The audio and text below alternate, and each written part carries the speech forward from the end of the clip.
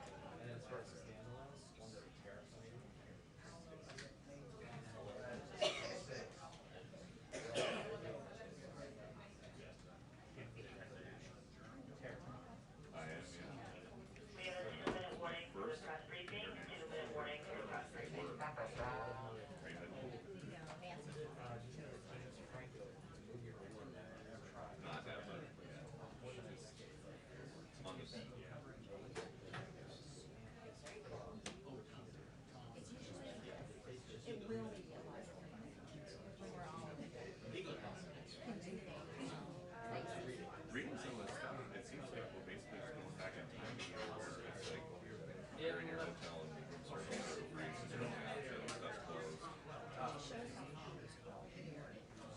In like a month.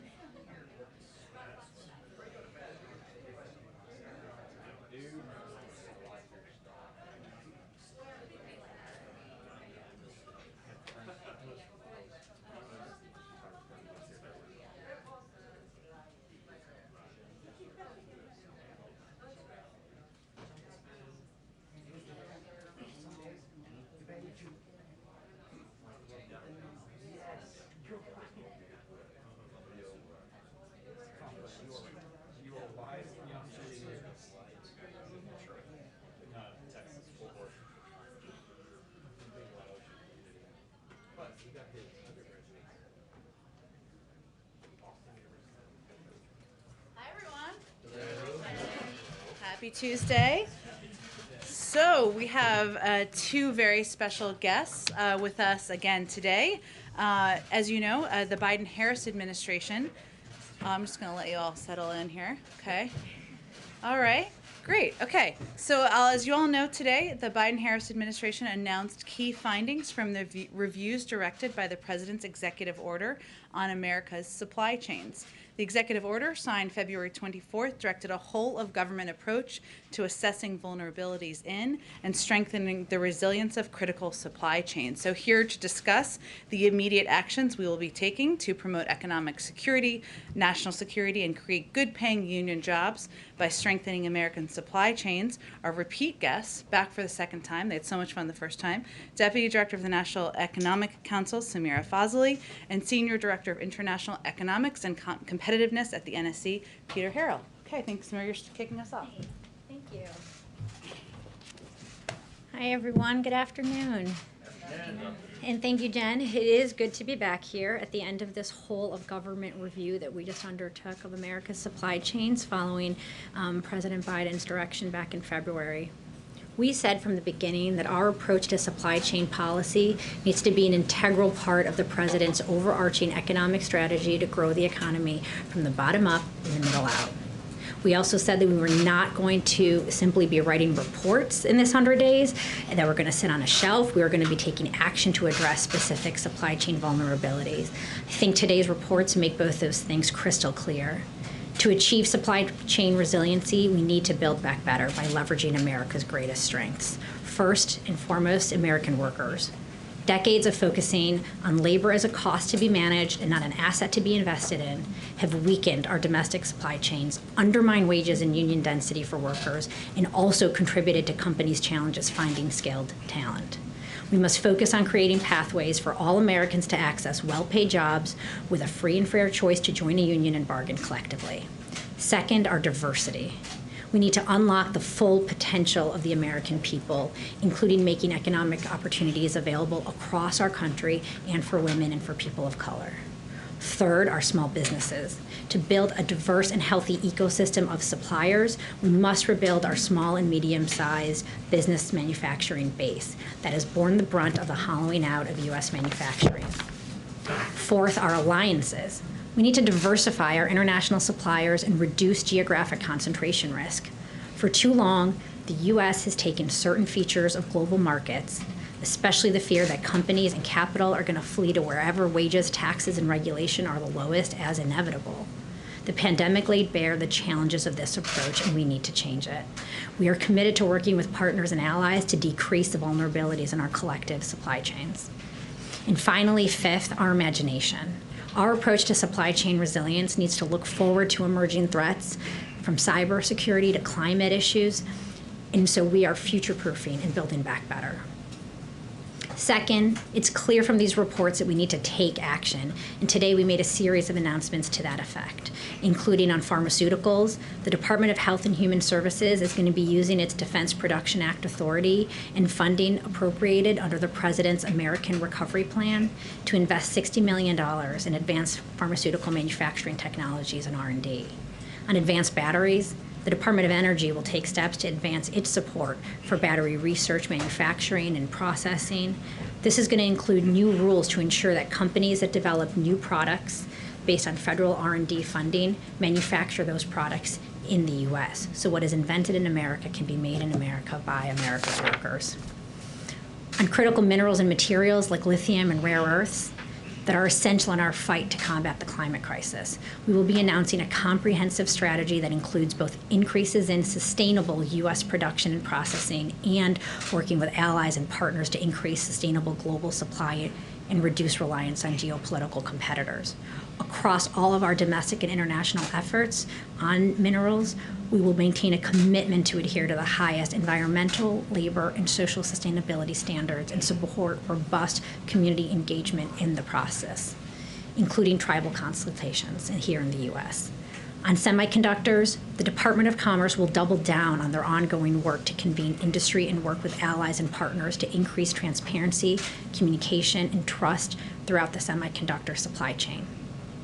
Finally, as we move to focus on our one-year reviews, the Department of Agriculture is announcing more than $4 billion in a robust suite of Build Back Better initiatives focused on building a more fair, competitive, distributed, and resilient food supply chain and food system.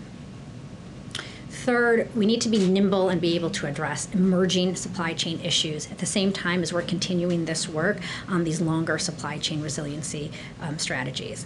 And that is why today we are launching a new supply chain disruptions task force to tackle near-term bottlenecks in the semiconductor, home building and construction, transportation, and agriculture and food industries. This task force is going to be led by 3 cabinet secretaries, Secretaries Buttigieg, Raimondo, and Vilsack, and will bring an all-of-government approach to addressing the near-term supply-demand mismatches we are seeing in these sectors as the economy reignites.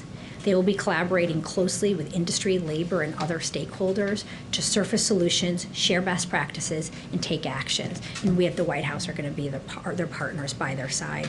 It's going to be NEC, DPC, CEA, NSC, all of us working with them. Throughout our work on supply chains, we have been heartened to see the bipartisan support for supply chain security and resiliency, including when the President started this review by meeting with a bipartisan group of senators in the Oval Office. We look forward to working with Congress as we move these ideas into action. And before I turn it over to my colleague and friend, Peter Harrell, I want to note that our report's findings reinforce the President's call for making a once-in-a-generation investment in our nation's production and innovation infrastructure. Those investments proposed in the American Jobs Plan and the American Families Plan will strengthen the public systems that connect manufacturing, researchers, workers, and small businesses, and will help unleash the power and ingenuity of the private markets to drive towards national resiliency. Thank you. Peter?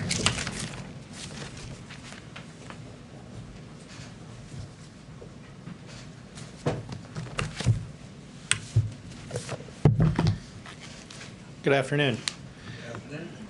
Thanks, Sameera, and it's a pleasure for me to be here this afternoon. This is a signature initiative for President Biden.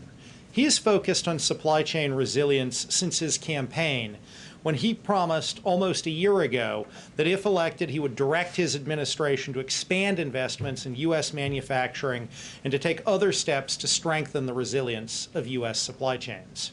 Earlier today, pursuant to Executive Order 14017, that President Biden signed in February, we released publicly 250 pages of reports assessing supply chain vulnerabilities and making recommendations, including immediate actions to address them. Earlier this morning, National Security Advisor Jake Sullivan and National Economic Council Director Brian Deese convened a meeting of many members of the Cabinet here at the White House in the Roosevelt Room to discuss the recommendations in this report and for the Cabinet members to commit to taking action across the U.S. government to implement those recommendations and other critical steps to address supply chain resilience. While the President's supply chain initiative has identified a number of vulnerabilities, I want to stress that our work has also found that the United States is well positioned to rebuild our productive capacity in key sectors and to strengthen our innovative leadership. We're confident that working together with Congress, industry, labor, and other stakeholders, we can chart a new path that emphasizes resilience, security, broad-based growth, and sustainability. As Sameera mentioned, the President and the entire administration welcome the strong bipartisan support that exists on Capitol Hill for strengthening American supply chain resilience. Sameera highlighted a number of the domestically focused specific actions that the administration announced earlier today. I want to briefly discuss just a few of the actions that we're taking internationally. As Sameera said, America's allies and partners are great strength of our nation, and we must work in partnership with them on supply chain resilience. We're announcing today a commitment from the U.S. Development Finance Corporation to increase high standards overseas investments in U.S. allies and partners and projects that strengthen supply chains. We're also asking the U.S. Export-Import Bank to develop a proposal for a new domestic finance window that would, if approved by Ex-Im's board, provide financing to build manufacturing facilities and infrastructure here in the U.S. that will support U.S. exports of critical products, which will help our allies and partners. We're going to be increasing our diplomatic work with our allies and partners on supply chain security. Supply chain security will feature prominently on the agenda for President Biden's trip to Europe starting later this week, including at the U.S.-EU Leaders Summit scheduled for early next week, and was already a major element of President Biden's summits earlier this spring with key U.S. allies in Asia. We're also recommending that President Biden host a global forum at the head of state level to convene key global leaders to strengthen supply chain cooperation. Finally, we know that as we strengthen cooperation with our allies and partners, we also have to push back against unfair trade practices by competitor nations that have hollowed out the U.S. industrial base and undermine our supply chain security.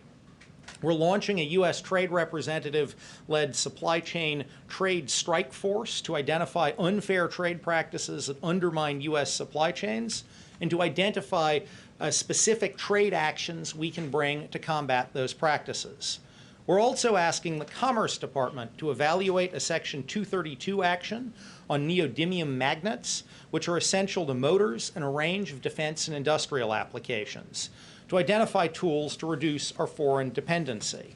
This would demonstrate the type of targeted but tough action we expect the Trade Strike Force to deliver. I want to thank members of the Cabinet and their staff who contributed to these reports and actions. The initiative represents an immense amount of work, and we know we have much more in the weeks and months ahead. We'll be working to implement all of the recommendations summarized in the report and carrying forward the work to a second phase directed by EO 14017, which is already underway and consists of broad studies of the supply chain risks of 6 key industrial-based sectors. Those industrial-based sector supply chain reports will be due next February on the year mark of Executive Order 1417. It's been an honor for all of us to work on this initiative, and I'm sure we'll be talking about it with you regularly as our work goes forward. Thank you, and we look forward to a couple of questions. Okay, go ahead, Phil. Thanks, Jen. I think probably for Sameera, kind of flesh out a little bit the Supply Chain Disruptions Task Force. Obviously, you guys believe what's happening right now is transitory. These mismatches exist. They're creating near-term problems. Do you expect this task force to be coming up with ideas and proposals in real time? Are they reporting at a specific clip? Kind of how do you expect this to work to try and address these things that are problems right now? Yeah. Well, one, I want everyone to remember and recognize that these are kind of good problems to be having. At this time last year, we had bare grocery shelves and we had people going hungry. And thanks to the President's American Rescue Plan, we have people finally able to be out there moving again, visiting families this summer, and going out to eat. So these are good problems to be having and to be working on right now. We're thankful for that and the success of our COVID vaccination strategy. But I think what you just saw us do right now is a 100-day sprint around 4 products. And when we say we're going to take sprints and take actions, we mean a sprint and we mean action. And so here, our cabinet secretaries who are in the lead, you'll see in the days and weeks ahead, they are going to be bringing together all stakeholders to really diagnose the problems, understand what's going on out there in these markets, and see what actions can be taken to close those vulnerabilities. We recognize that in some instances, those actions are going to be actions that the private sector, other stakeholder groups, they need to be the ones taking action. The answer is not always government taking the action here, but we have learned in our work with the semiconductor kind of producers and users that when you bring people together, you help them increase trust, increase transparency, and stimulate a lot of learning that sparks action. April? This is for Sameera and Peter. Sameera, you used the word weekend. And as we're talking about supplies, I'm looking at the link with inflation. What should the American consumer be looking for now as we've come up with this report and the weaknesses that you've talked about as it relates to inflation? And then Peter, for you used words vulnerability. With putting weekend and vulnerability together, there's some kind of economic parallel with this.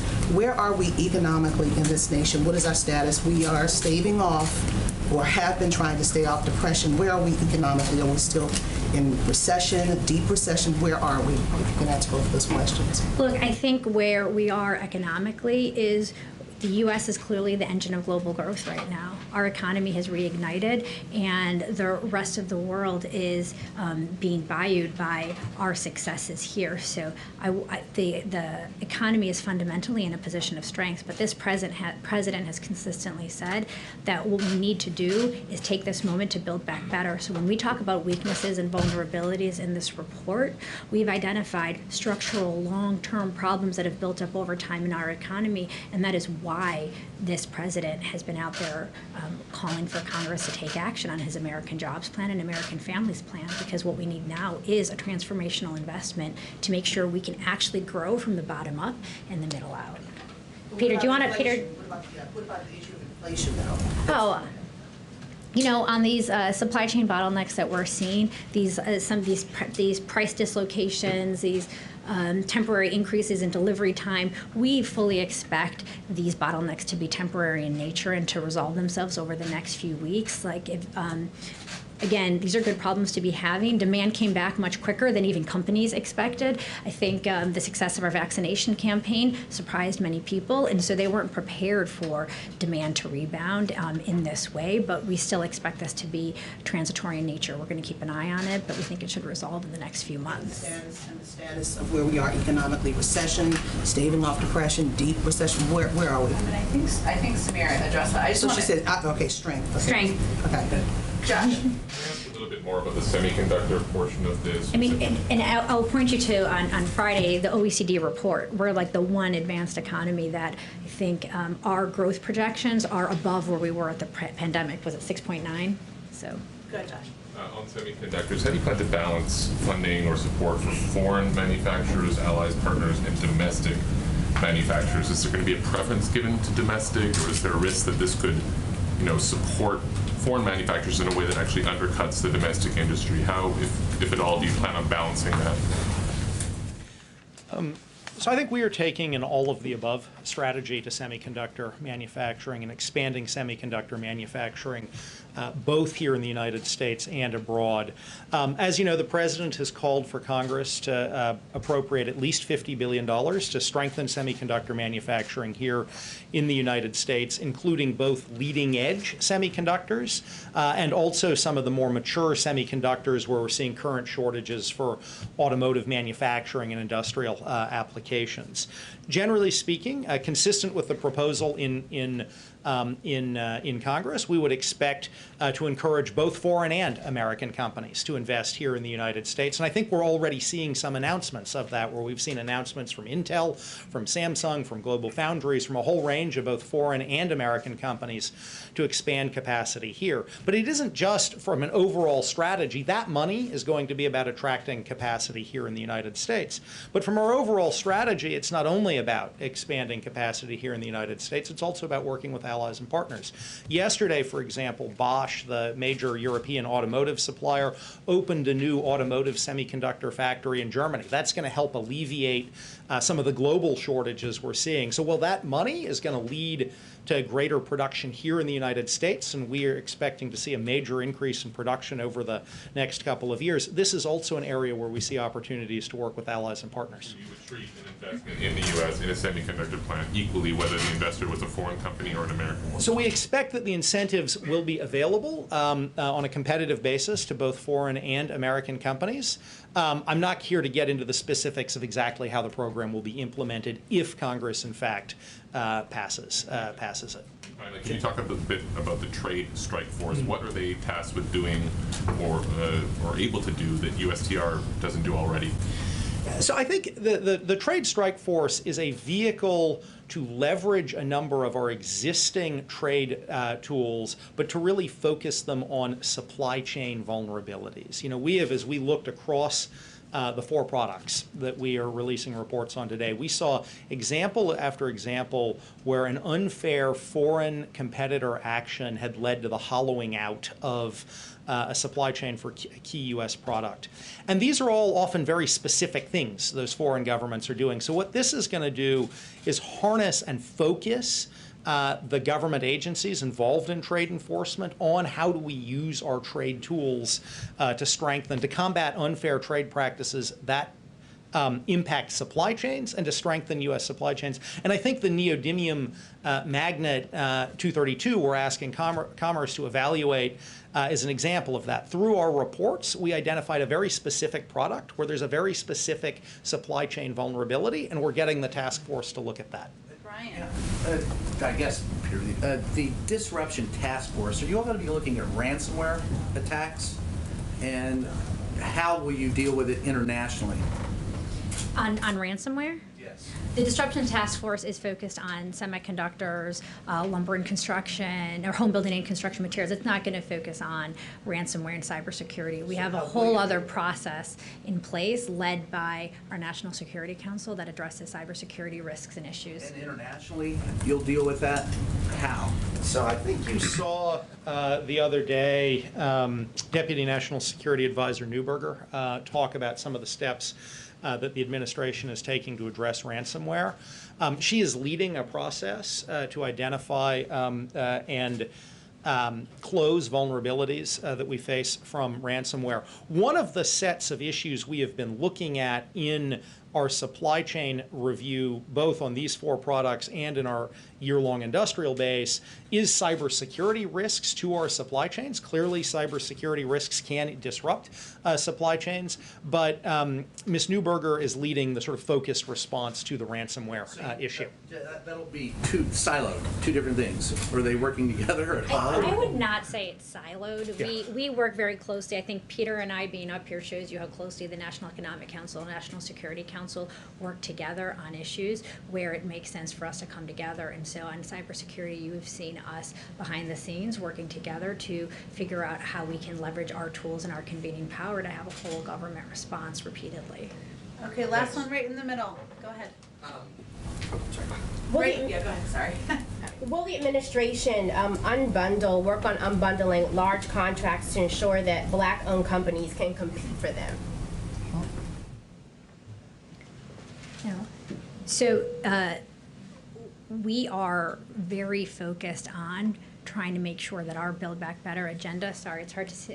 Is it okay if I stand here? Sure. To be able to look? Yeah, I relate.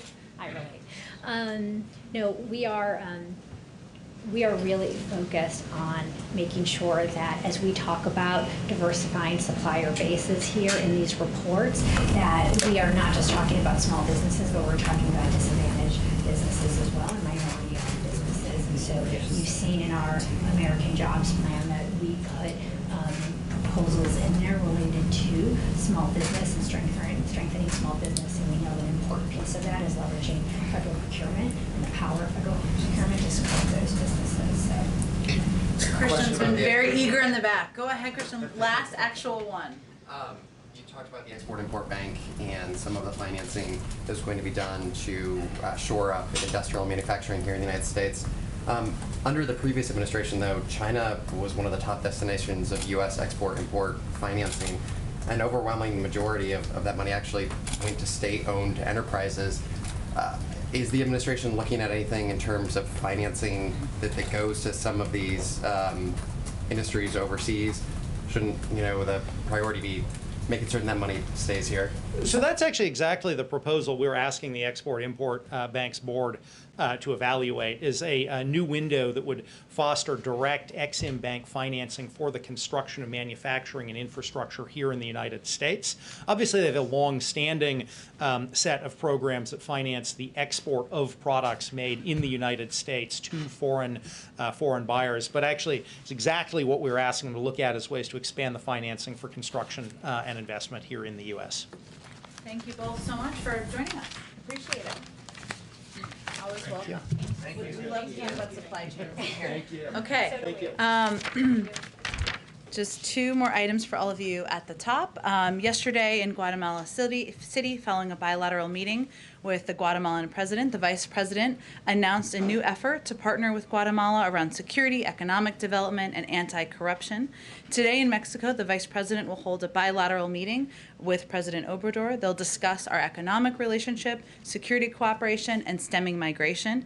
The Vice President and President Obrador will witness the signing of a memorandum of understanding between the United States and Mexico to establish a strategic partnership to cooperate on development programs in the region. And the Vice President will also meet with labor leaders, women entrepreneurs, and U.S. Embassy staff before she returns to the United States. One last item for all of you. We have more good news on the global fight against COVID-19. Today, the MasterCard Foundation and MasterCard pledged to make a $1.3 billion contribution to help make critical progress in providing vaccines to people across Africa in partnership with the Africa Centers for Disease Control and Prevention. This is a significant commitment to acquire COVID-19 vaccines for at least 50 million people and to build long-term manufacturing and equitable distribution capacity, which will further enable efforts to provide vaccines and strengthen the continent's ability to prepare for future pandemics. This is a welcome addition to our announcement last week that approximately 5 million of our first tranche of COVID-19 vaccines will be shared with African countries in coordination with the African Union. Which vaccines? They're providing funding, a contribution of funding to ensure that these vaccines are provided to Africa. I don't have the Whichever vaccines they take. it's again funding to the Africa CDC version of the CDC, so it will be distributed through there. With that, Darlene, why don't you kick us off? Thank you. Have the President and Senator Capito had their conversation yet, and what can you tell us about it if they have? They have not had a conversation yet, but they will have a conversation this afternoon. And the President looks forward to continuing the discussion with the Senator. He appreciates her good faith engagement over the last few weeks. I would reiterate, as was noted in the statement we put out last week, that while the President came down by quite a bit in his proposal, from his initial proposal on the American Jobs Plan, the latest offer that we had seen from Senator Capito's group did not meet the essential needs of our country to restore roads and bridges, prepare us for a clean energy future, and create jobs. So today they'll have a discussion about what more there is to discuss, I guess, and what the path looks like forward. I will also note that the President will also speak with other senators this afternoon, still finalizing who those will be, and we'll have readouts of that as well, who have been engaged in discussions about a bipartisan infrastructure proposal, engaged with each other, so he'll have those discussions as well. Expect we'll have a readout, as I noted. We're encouraged by these discussions and see them as an additional viable path forward. And he'll ask members of his jobs cabinet, or he's already asked them, I should say, to remain engaged in the days ahead, the period of time when he's on his foreign trip, although of course he'll remain engaged from there as well, with all members who are interested in working together on making a historic investment in infrastructure. And just third piece I would note, Darlene, as we're kind of since you asked about the President engagement, he's also going to stay closely engaged with Democratic leadership about the path forward, especially in light of the markup on the surface transportation bill happening tomorrow in the House and the interest by Speaker Pelosi, Leader Schumer, and other leaders in Congress on moving forward, and certainly an interest in doing that. Finally, last thing I would note is the expected passage later today of the U.S. Innovation and Competitiveness Act in the Senate this afternoon, which is a down payment on the President's proposed investment in R&D to make us more competitive, as well as the important work that Senator Wyden has undertaken on clean energy tax credits, a priority the President shares. So I would just note, as I've stated many times before in here, there are a number of paths for moving the President's bold ideas forward. We're moving on all of them full speed ahead. And one more question. Sure. Since the President is the head of the Democratic Party, would he support legislation that is now on the governor's desk in Nevada that would move Nevada to first place in the presidential primary process up from third place? I certainly understand the interest, but I'm not going to weigh in on the order of presidential primary contests from here. Go ahead, Mary. On the infrastructure talk, Senator Capito has said she's not going to be coming to this conversation armed with a new offer. As you note, the President has rejected the Republicans' latest counteroffer. It doesn't seem that he's willing to come down any further. So are we at an impasse here? We certainly don't see it that way. He's looking forward to discussing the path forward with Senator Capito. He sees her as an important and viable partner as we look to how we're going to get his bold ideas signed into law. And again, I'd note that there's also Democrats and Republicans, as you have seen and many of you have reported on, who are discussing how they can work together on what a path forward would look like, where there might be more investment in clean energy jobs and might be a higher number than what we've seen by the proposals to date. So again, there are a lot of paths forward, and he looks forward to discussing what they look like with Senator Capito and others this afternoon. Is the president, though, willing to offer any other concessions in these negotiations, or is it safe to say that you view the ball as being in the Republicans' court here?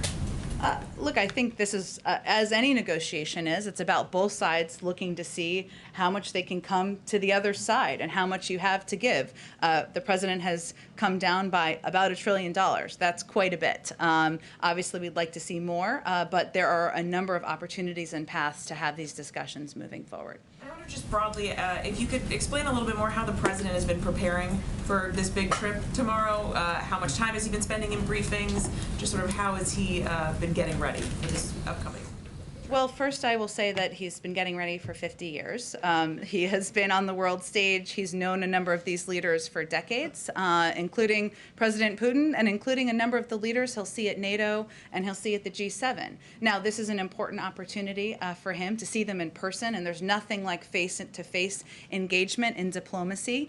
And for him, somebody who, as you've seen, the fact that he's welcomed in Democrats and Republicans to the Oval Office, that's just an indication of how much he feels that format is effective.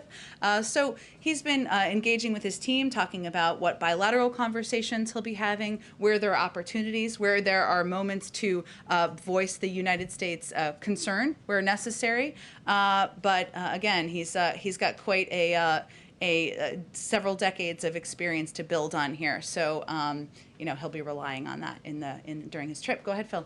Secretary Granholm on Sunday said that it was frustrating that a pathway for a bipartisan deal hadn't come to fruition yet. Does the president share that frustration at this point? Well, I would say the president has a benefit of 36 years in the Senate, where he has seen that the sausage making is messy. It takes time. There are ups and downs in the roller coaster. We're right in the middle of the sausage making right now. And the president's view is that it's a good sign that there are several viable paths forward, that we are having good faith conversations, of course, with Democrats and our Democratic colleagues and partners, but also with a number of Republicans. That's a good sign. At the same time, the House is moving forward with marking up key components of the American Jobs Plan. So the fact is, this train is moving on several tracks. That's how we know these larger packages, larger proposals often move forward, and we're encouraged by the variety of options. And along the lines of the sausage making, given the scale of the president's ambitions with the proposals he's put on the table, is the real reason that he's still in bipartisan negotiations right now because moderate Democrats are saying we need to stay in bipartisan negotiations right now, or does he think something can come of it? The president wouldn't be spending his time engaging in hours of discussions with Republicans if he didn't think something could come from it. Now, we can't predict what the final outcome is, and we're keeping his only lines in the sand, as you know, Phil, are inaction and raising taxes on Americans making less than $400,000 a year. We know there are a lot of Democrats who are eager to move forward, as are we, but we think there are a lot of paths forward where it's worth continuing to pursue bipartisan discussion.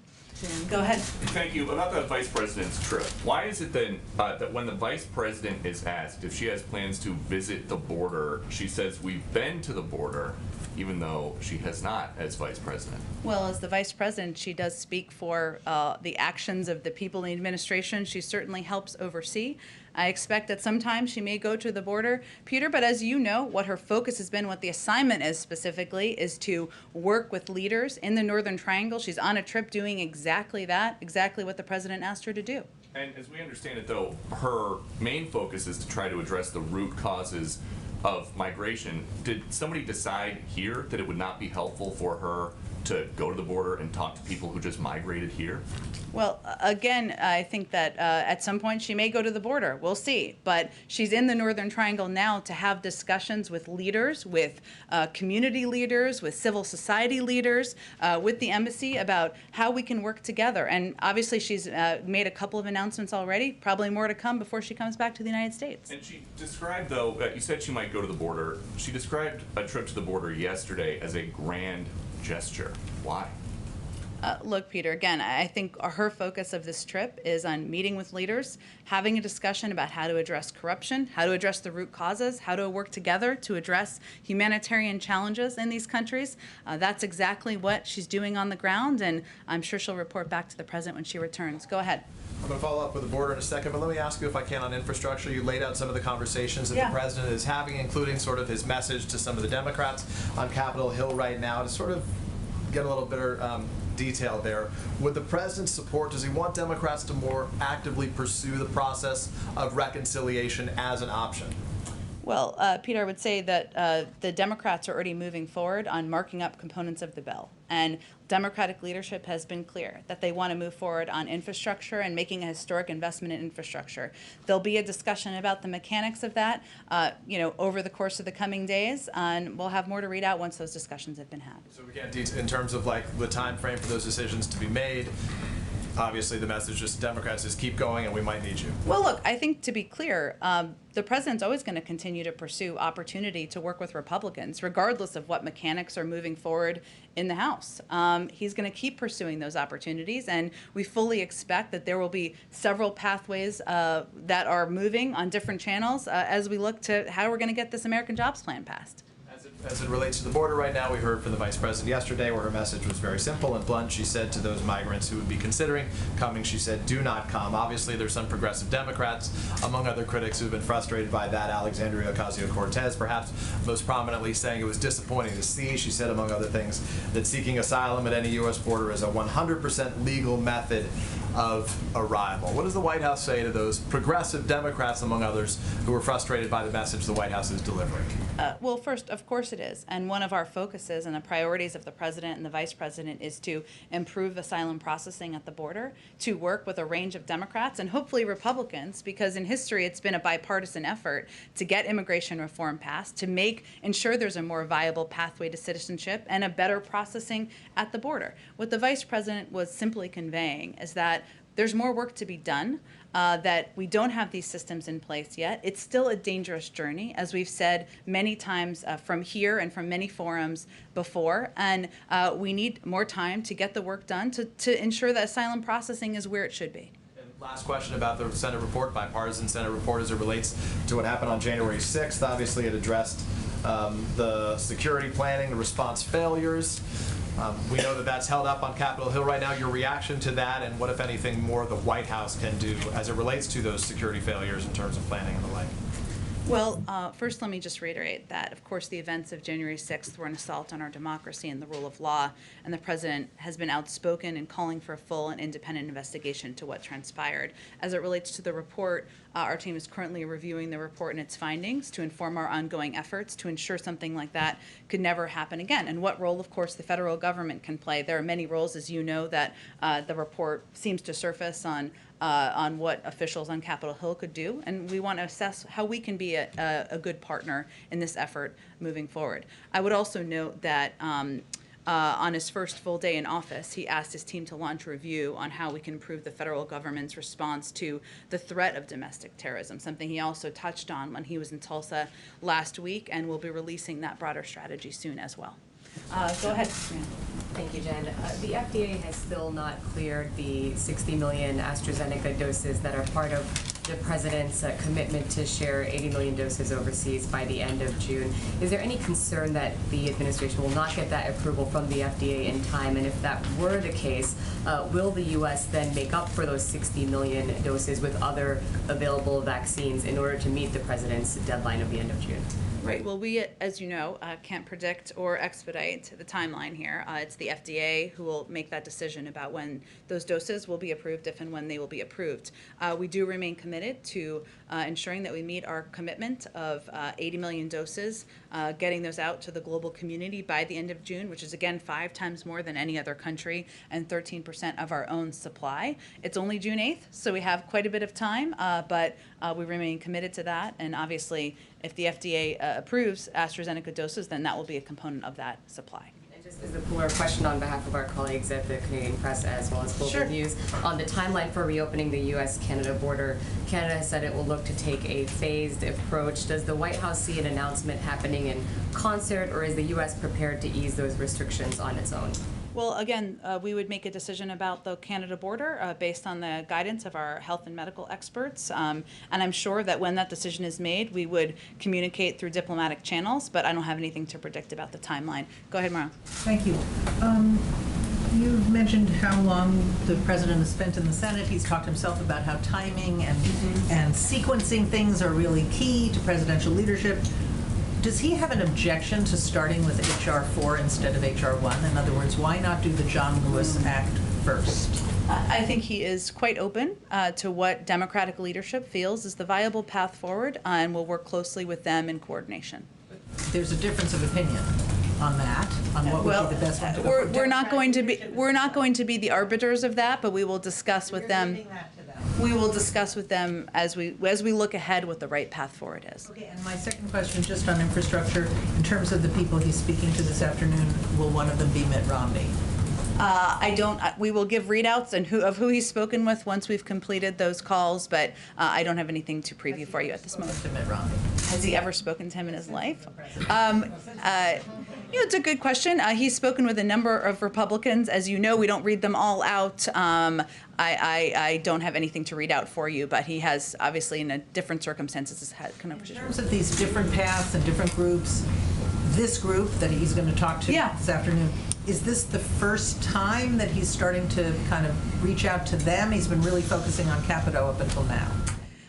That's right. We've been engaged with a range of Democrats and Republicans, including members who have been in conversation through this group at a staff level. He's obviously had discussions with a number of them about how he moves his ideas forward. So I wouldn't make it as firm as a first time, but certainly discussing this as a viable path forward at his level at this point in the process, would be an indication of how we see this as a viable path. Go ahead, Trevor. Yeah, just to follow up on the question on voting rights, you said yesterday that we will stay lockstep with the Democratic leadership on that path forward.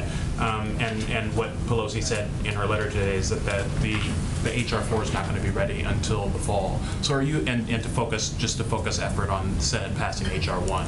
So are you okay with that kind of time frame, even if that means that basically this issue languishes until the fall? Well, first, we don't see it as languishing. Obviously, the president has asked the vice president to lead this effort, and I'll give you a bit of an update that in addition to, of course, engaging with federal efforts on the federal level to move legislation forward, she's also going to use the power of the White House to convene key stakeholders, and she'll be hosting several events next week when she returns from her trips, just to give you an indication of how quickly and how focused we will be on these efforts. And she'll fight for our key bills and also to register voters under the president's historic executive order, as well as advocate for democratic principles. So I will say we're going to work, of course, with Democratic leadership on both, even with their disagreements about what the order of events should be here. But we're not going to wait for that. We're going to use the White House as a convener. We're going to use the bully pulpit. Obviously, when the president was in Tulsa just last week, he talked about voting rights very passionately and forcefully.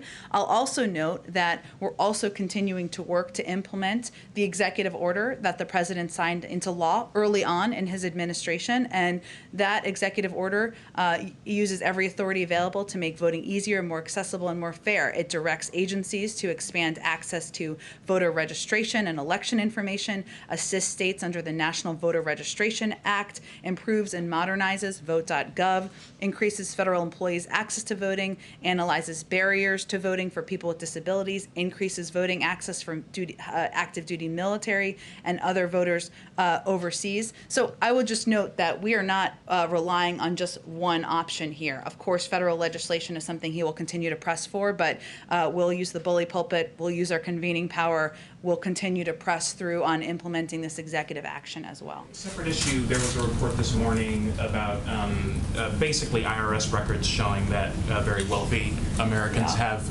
evaded paying income tax almost altogether in certain circumstances. One, do you have any reaction just to that as a factual matter? And two, are you concerned about that just from a leak standpoint?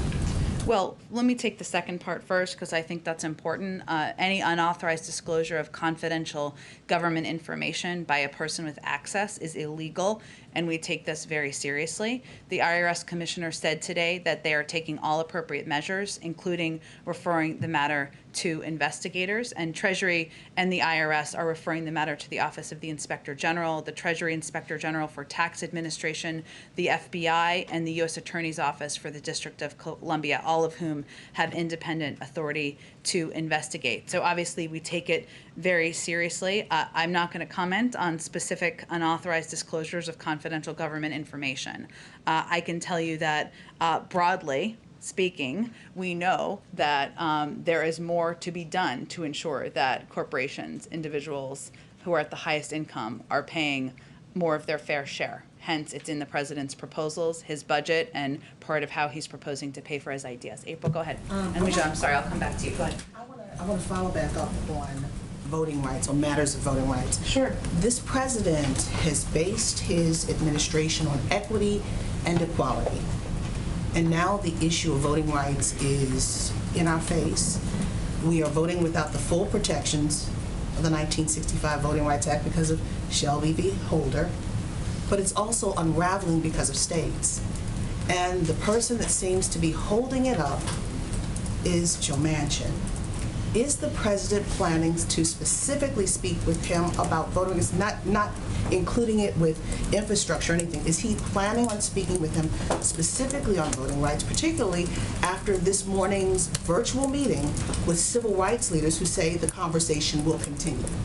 Well, first let me say that it was encouraging to see Senator Manchin meeting with civil rights groups today. The meeting shows that both are serious and recognize the importance of the issue. We certainly know the seriousness that many civil rights groups take with voting rights and the importance of moving this forward. And as indicated in both of their readouts, as you said, April, they will continue the discussion. I would certainly expect that when the president has a conversation with Senator Manchin the next time, they'll talk about voting rights. But often when he speaks with members, he talks about a range of issues, some where you work together, some where you disagree. Understanding the history of how presidents decide to lean in. He's got Vice President Harris putting this in her portfolio. But when will the president begin to lean in? Is there a moment where he has to himself lean in on this? Because if it doesn't happen before the next elections, it looks like it could be a done deal.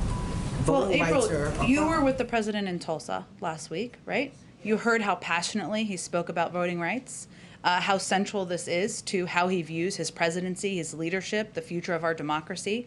I mean, that was central to the message he delivered in a speech that was widely covered, that was reflecting on a moment in history that hasn't been given the attention that it certainly deserves.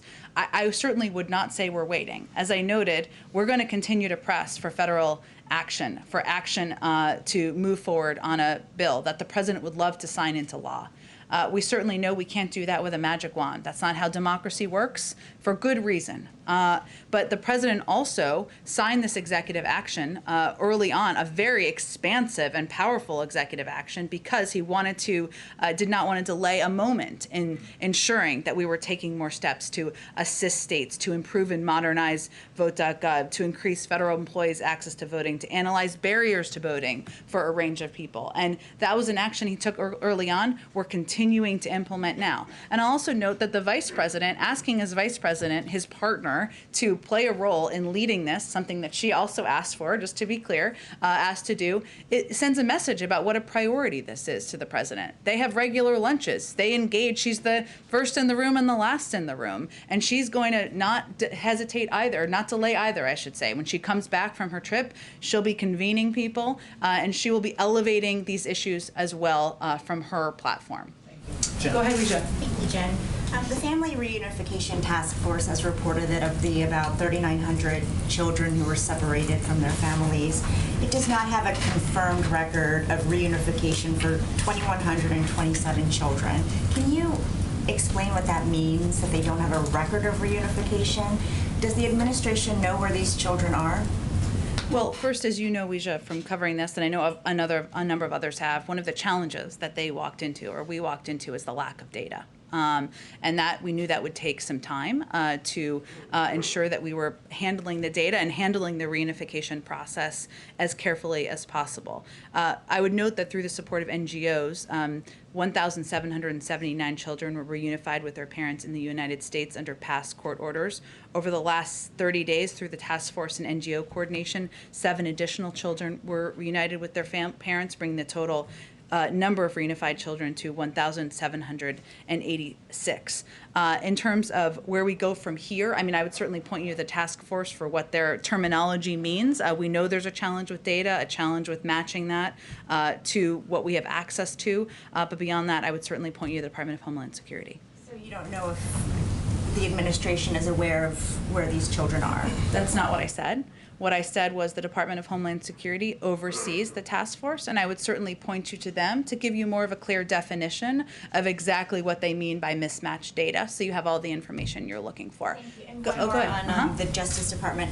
President Biden has accused his predecessor of using it as his own personal law firm. Is he disappointed that the DOJ is siding with Trump in his claim that he can't be sued for defamation for remarks that he made about an alleged rape case? Well, first, let me say that the president strongly believes in the independence of the Department of Justice. We were not consulted, the White House was not consulted, I should say more specifically, by the Department of Justice on the decision to file this brief or its contents. So does he believe that that independence still exists, even though the DOJ is defending the former president? I'm not sure what you mean by your question. Does he believe that the DOJ defending the former president in this case still maintains that independence between the executive branch and I think what I was referring to is allowing for the Department of Justice to make decisions and announcements about ongoing, court filings and legal action. So independence as it relates to how this president views and approaches the Department of Justice. Does it upset him? I think the president has been pretty clear, as we just started her comment conveying about his view his view about his predecessor's comments, about his predecessor's language, and about his predecessor's approach and his engagement in that regard. What can he do about it? I don't think I have anything more to speak to you on, Brian, on active litigation. Go ahead, Josh. Can I ask, there was a series of web outages this morning that linked to a company called Fazili. Is there any indication that it's anything other than just a failure with that company? It's specific. Is it a potential national security issue? Have you looked into whether there's a potential external group behind it? Yeah, Fazili, I know, put out a statement about it. I don't have anything more from the federal government on the outage. Pivoting to the G7, the president has talked about the need to push the G7 to boost vaccine availability overall. Can you speak to what he's considering? Prime Minister Johnson, for instance, has talked about the need to vaccinate the world in its entirety by the end of 2022. Other European leaders are not going quite so far. Does the president have a view on what specific target the G7 should take? Well, I expect we'll have more in the coming days, Josh, so stay tuned. Jake did say he expected that you all hear more at the G7. I don't want to get ahead of that too much, but what I would say is that the United States we're headed into the G7 in a position of strength with 64% of our adult population vaccinated, in a position to donate more doses to the world than any other country around the world. But we certainly know this needs to be a global effort, and it will be a discussion at the G7, and we'll have more to say in the coming days. Go ahead. Just one more on infrastructure. Given what the Senator Capito said today to reporters, kind of throwing cold water on progress between her and the president on talks, would you say the administration has become more willing to pursue reconciliation to pass infrastructure package than maybe a week ago or 2 weeks ago? Well, I would say that there's always been a range of paths to get the president's bold ideas passed into law. He's having a conversation with Senator Capito this afternoon, as well as individual conversations with other members who have been working in a bipartisan manner to see what the path forward looks like. And he's also closely in touch with Democratic leadership. So I'm not here to rule out options, but I'm not here to rule in new options either. We'll have more to say after he has these calls later this afternoon. One more. The White House said over the weekend it was unaware of the DOJ gag order on the New York Times. Can you assure us that there are no other gag orders on other news organizations related to some of these investigations? Well, the Department of Justice has made clear that was their third and final notification that they were offering, and that's the information they also shared with us, but they've shared it publicly. And so to your understanding, there's no other gag orders? They indicated that this was their last effort, their last notification that they needed to offer. Go ahead. Thanks. So I have a question that's about little infrastructure, little climate. Senator Sheldon Whitehouse was tweeting yesterday saying that he was anxious about the future of climate-related legislation, and he said climate has fallen out of the infrastructure discussion. As it took its bipartisanship detour, it may not return. Then he went on to say, I don't see the preparatory work for a close Senate climate vote taking place in the administration.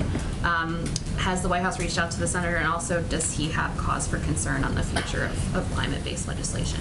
Well, I promise you we are certainly in touch with his team, and perhaps even on an individual basis as well, but I don't have anything to read out for you. But I can just tell you that we are in close touch with nearly every member of Congress who is working on this legislation moving forward. I will say that what I would point out to you is that one of the pieces we conveyed when we put out a statement last week about how the president could not accept the offer that was put out by Senator Capito and her group, even though those conversations are happening in good faith, was the fact that it didn't do enough to invest in our clean energy future. And there are areas of effort that are moving forward. I mentioned Senator Wyden's effort to move forward on clean energy tax credits. The president views this bill as a jobs bill. He also believes it's a clean energy jobs bill, and it has an opportunity to invest in industries of the future. So certainly it is close to his heart. It remains an area he's committed to, and one he will continue to fight for as we have these discussions moving forward. And then I just had another on the vice president visiting the border or not visiting the border. Republicans and conservatives are, going crazy on Twitter, sending pictures, they're worked up. Sending video of her interview with Lester Holt, saying, I've not been to Europe either. Does the president think there is a scenario in which she should visit the border, and also the mounting criticism from conservatives? Would that ever factor into a decision to send her down there? I mean, don't they have a point that if she has this task in front of her, should she not see the end cause as well as the root cause of migration? Well, first, as I said to Peter, at some point she may go to the border. I don't have any trips to preview for you or predict or a timeline for that. But what I would reiterate is that her assignment was to work with countries and leaders in the Northern Triangle to address root causes, address corruption, ensure we're working together to address humanitarian concerns. I will say we're not taking advice from former President Trump or most of the Republicans who are criticizing us on this, given they were all sitting there while we created this problem we walked into, both at the border and with the movement of migration that has been growing over the last year. So we're not taking our guidance and advice from them, but if it is constructive and it moves the ball forward for her to visit the border, she certainly may do that. Go ahead. Yeah, I have two questions on infrastructure. You said the White House is moving ahead on all three paths on infrastructure, including the third path, which was listening to other lawmakers who have ideas. I believe that's how you characterize it. I'm just trying to clarify, and this was asked a little bit earlier. I mean, are you referring to the bipartisan group that consists of Senators Manchin, Sinema, Romney, and Portman? And if current talks with Senator Capito and her group don't progress, is there a point when you stop negotiating with that group in favor of this other group of Republicans and Democrats? Is that how you see it working? Well, I would say we'll leave it to them to determine what groups they may or may not want to join. But it's not a closed group. We would welcome anyone who wants to join that group and be a part of these discussions moving forward, and we'll see where it heads. Members of the press, I'll leave it to them to determine. I think you have to be an elected member of the Senate, so unless that's your pathway moving forward. But you are engaging with them, though, already? Yeah. Okay. And then my second question is, what specific proposals did the White House agree to bring down or eliminate in its latest infrastructure counteroffer that reduced the cost from $1.7 trillion to $1 trillion in new spending? Does funding for caregiving remain in the president's latest offer? And if it does, I mean, is it still the $400 billion price tag? Caregiving remains a huge priority, investing in caregiving to the president. I'm not going to outline any more specific details other than to convey that it's an area he continues to fight for, to advocate for, and one that he'd like to be signed into law as part of a package moving forward. But does that mean it's not part of what you're negotiating right now with Republicans? No, that's not what I said. I don't have any more details to outline for you. Go ahead. Yes, Jen. Sorry. Oh, we'll go to you next. The chief of Russia's space agency is threatening to pull out of the International Space Station unless the United States lifts sanctions against two companies that are related to the space station. What's the White House response to that? It's a really interesting question, and I didn't know much about it before you asked this question, so I'll probably have to talk to our national security team. I will say that working together on issues of space and issues related to space is one area we have worked together historically with the Russians on, and I'd have to dig more into what those sanctions are for. I'm not aware of a consideration of that, but I'll check with our national security team. Go ahead, Yamiche. Thanks so much, Jen. A follow-up to Leja's question. In 4 months, the Family Reunification Task Force has reunited about 36 families. Yeah. I'm wondering what the White House makes, what the president makes of the ACLU saying it hopes the government increases that pace. Does the president want to see this go faster? Are there any explanations for maybe why it needs to go slower? We certainly do, as I think any member of the Family Reunification Task Force would want to as well. And one of the challenges has been what we walked into, which was a lack of data or tracking for a number of these kids that were separated from their parents when they came across the border over the last few years. That's a huge data challenge. We're not going to reconnect them with families where it's not properly verified, right? Because we know there's a history over the last several years of, kids being connected with individuals who had malintent. So that's a factor, Yamiche. We wish, of course, everybody wants it to go faster. Everybody wants, in this administration, everybody wants these kids to be reunified with their family members and with verified family members. But, we're working with a challenging issue related to data that we knew would be the case from the beginning. That pace is going to be the pace, or do you think it will get quicker? I would certainly point to them, the members of the task force and the Department of Homeland Security, who are much more in depth about where the status is, where the challenges are, and what the holdups are, and we can certainly invite one of them to come and speak to you at the appropriate time as well.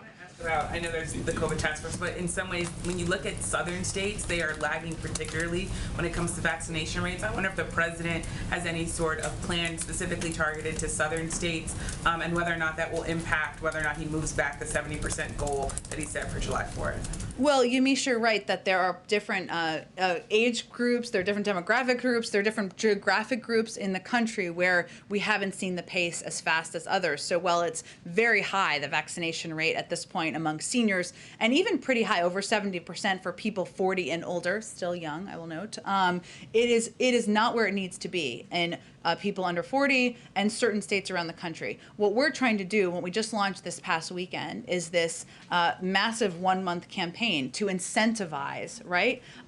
People getting vaccinated. We're working with the private sector. We're going to barbershops. We're working with, donuts and beer and all sorts of incentives to get young people and people vaccinated who have been either hesitant, resistant, or just didn't want to take the step to get vaccinated. We're going to continue charging through the finish line in pursuit of our 70% goal. We've seen 13 states meet that goal. It's ultimately up to some these states and some individuals to get vaccinated to meet it in a state-by-state basis. And one last question. There are some progressives who are calling Joe Manchin, Senator Manchin, the new Mitch McConnell, saying he's an obstructionist, saying that he's standing in the way of the Biden agenda. I wonder what the president makes of that. Is he worried about progressive alienating Senator Manchin, or does he agree with some of the things that they're saying about standing in the way of his agenda? Look, I think we're not going to, we're going to leave the name calling to others. The president considers Senator Manchin a friend. He disagrees with him on voting rights and the bill that the senator has expressed he won't support. The president will continue to advocate for the importance of that moving forward, and the reasons why, that it's important and vital for our democracy. But we'll continue to seek ways we can work with Senator Manchin even while we have areas of disagreement. The name calling, is it alienating the senator? Is it worrisome that you're hearing Democrats say that about Senator Manchin, calling him the new Mitch McConnell? Is that problematic? I can't speak to Senator Manchin's personal impact on Senator Manchin. He's obviously proud of his independent streak. He's spoken to that, including in an op-ed piece this weekend. We also understand the passion that many feel for voting rights, for the importance of making voting easier, more accessible. We share that passion, so we understand that manifests itself in lots of ways. But I'd point you to Senator Manchin if he has feelings hurt. I suspect he has a stronger backbone than that. But thank you everyone so much. Look forward to, I guess I won't see you for a while. Those of you coming on the trip, we'll see you on the trip. See you there. Thanks everyone. Good trip, safe trip. Thank you, thank you. Perfect. Okay. So I'll be there. So I'll bug you.